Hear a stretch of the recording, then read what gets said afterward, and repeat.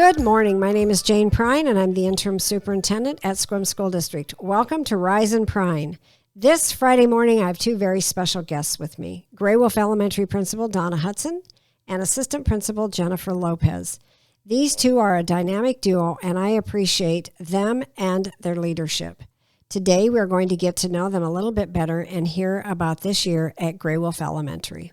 So, Donna, if a movie was made of your life, what genre would it be, and who would play you? Well, we decided that we don't know many movie genres, so what we had decided for me would be Overcoming. So I think Rocky or Hoosiers, something that feels great as it finishes up. It should also have a great soundtrack. Thank you. And Jennifer? Mine would definitely be a comedy. I have a husband and kids who are all quite funny, and so it keeps things very entertaining in our house. Thank you.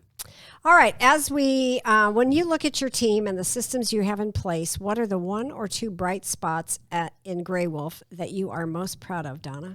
Well, this year, more than any, I'm proud of our kids and our families.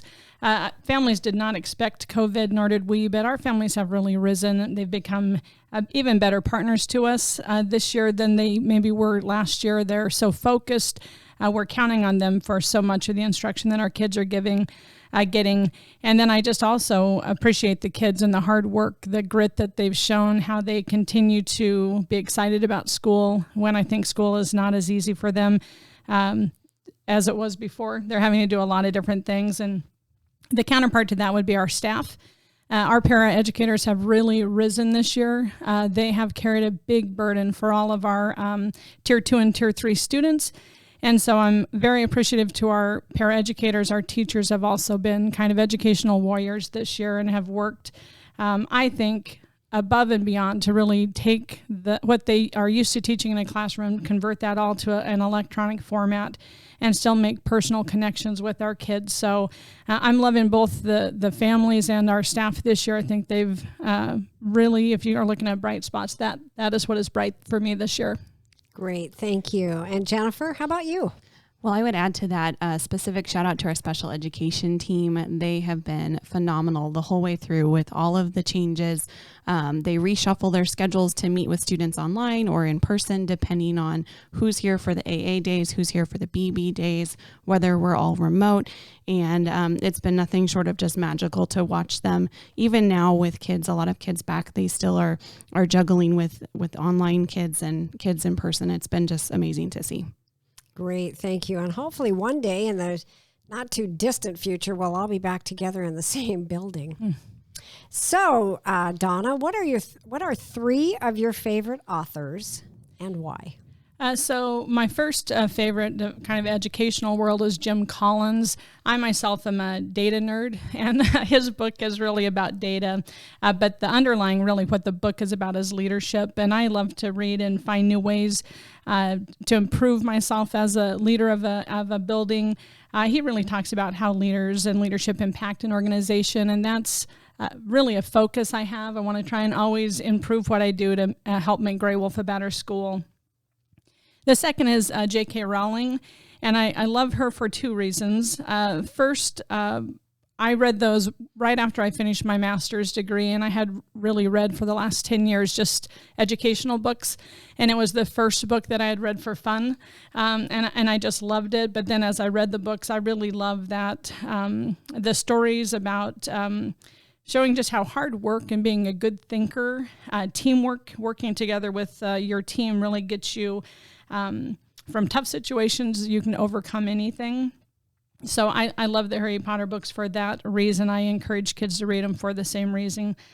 My last book is my childhood favorite. Author was Gertrude Chandler Warner, and I grew up on the Boxcar Children, and I've always loved stories about mysteries or figuring out situations, and I love the kids in the story. I reread the first Boxcar Children last month, and I just thought I still love it. After all of these years, I still think they're fun to read. So those are the three authors that I really appreciate over a lifetime.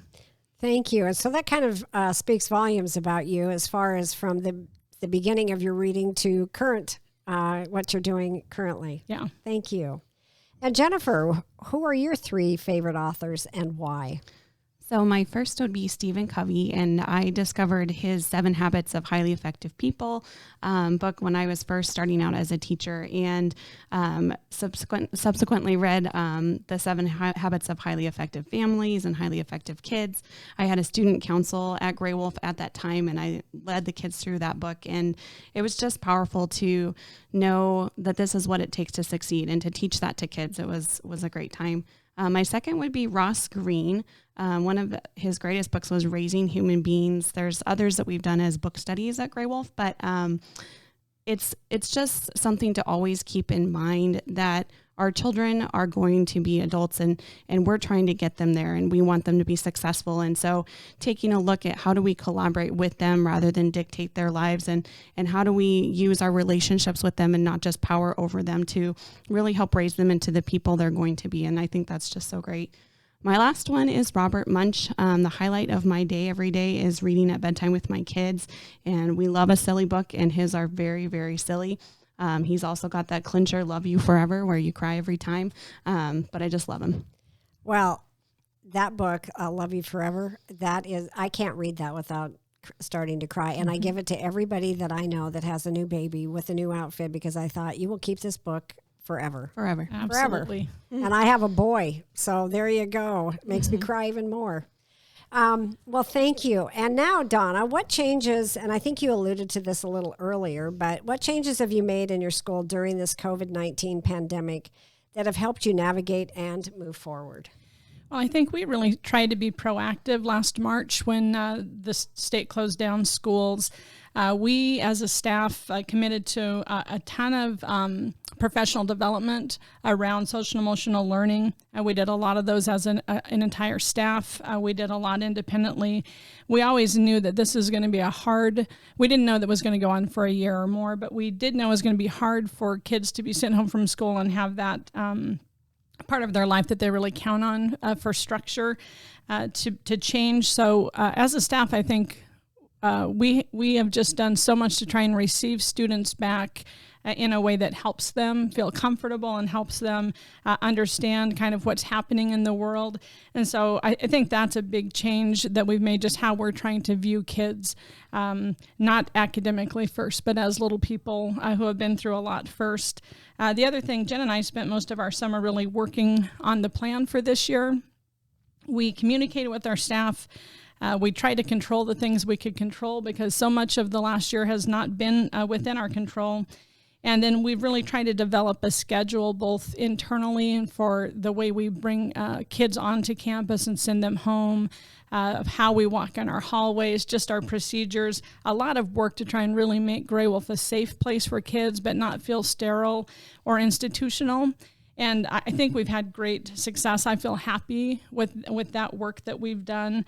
And so I think this year has not been perfect, and I know families would like to be at school more, but I will tell you the truth. I think it has been almost flawless in bringing kids back, and just what we've been able to do, some of the intentional thinking that we have really worked hard to come up with good plans. So those are the two things that jump out first to me. Great, thank you. And I do notice that when students are in the hallway, they have certain directions they need to be going to somewhere or coming back from somewhere, which is probably a little bit different than it's been in the past, and the way their desks are seated inside the classroom. And so when you talk about things not being sterile, I think that's what you're referring to, is we're in a very sterile environment because we have to keep it so clean, but yet making it human so that our kiddos feel like they're back at school. Absolutely. And by sterile, I meant exactly that. We certainly are working double time to make kids feel cared about and welcome at our school, because I think just the rules do keep kids a little separate. So we really have to double up on the care and kindness that we show them through the school day. And even right down to recess, for the first time a couple weeks ago, they got to play with other children that were not in their cohort, which they had been relegated only to the students in their classroom, and there might be 8. So it's been a huge shift bringing kids back to school. It isn't quite, school is normal, but we're starting to open up avenues here and there. So thank you. And Jennifer. Yeah, so changes that have helped us navigate and move forward. Grey Wolf's kind of staff slogan or mantra has always been one team, one dream. We know the power of teamwork, But the collaboration amongst our staff this year with switching to remote learning and learning how to do that and provide the best products for our students that will help them engage and help them learn. Staff has really come together to share the work of recording videos and posting content, having their online student meetings. So it's just really helped us highlight that we are better together, and the ways that we help one another make the difference. Thank you. And this has been a year where we've had to pause and reset and pause and reset, and we'll be maybe doing that again in the future.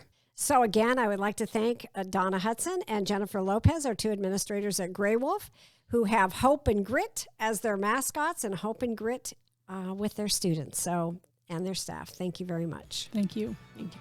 Join us next week as we continue with the series, State of Our Schools. Thank you for listening, and have a fantastic Friday, Sequim.